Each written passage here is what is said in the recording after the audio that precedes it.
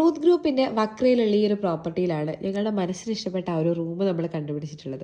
മുമ്പ് താമസിച്ചിരുന്നതും ട്രൂത്തിൻ്റെ തന്നെ ഒരു വില്ലയിലായിരുന്നു. അന്ന് ഞങ്ങളുടെ റൂമിൻ്റെ ഒക്കെ ഒരു തീം എന്ന് പറയുന്നത് ഒരു പേസ്റ്റൽ ഗ്രീൻ ആൻഡ് വൈറ്റ് കോമ്പിനേഷനാണ്.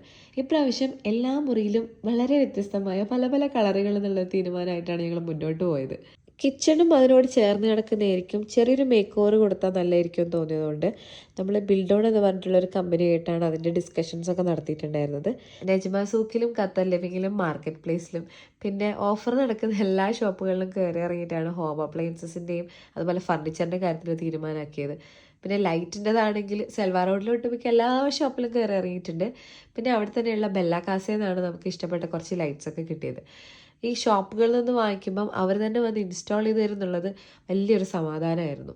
പല പല പണികൾ, പല കമ്പനികളുടെ ഏതൊക്കെയോ നാട്ടുകാരായിട്ടുള്ള എംപ്ലോയീസ്, അവരുടെ ഇടയിൽ മര്യാദയ്ക്ക് പറയാൻ അറിയുന്ന മലയാളവും ഇംഗ്ലീഷും പിന്നെ മുറി ഹിന്ദിയൊക്കെ വെച്ചിട്ടുള്ള മേൽനോട്ടം.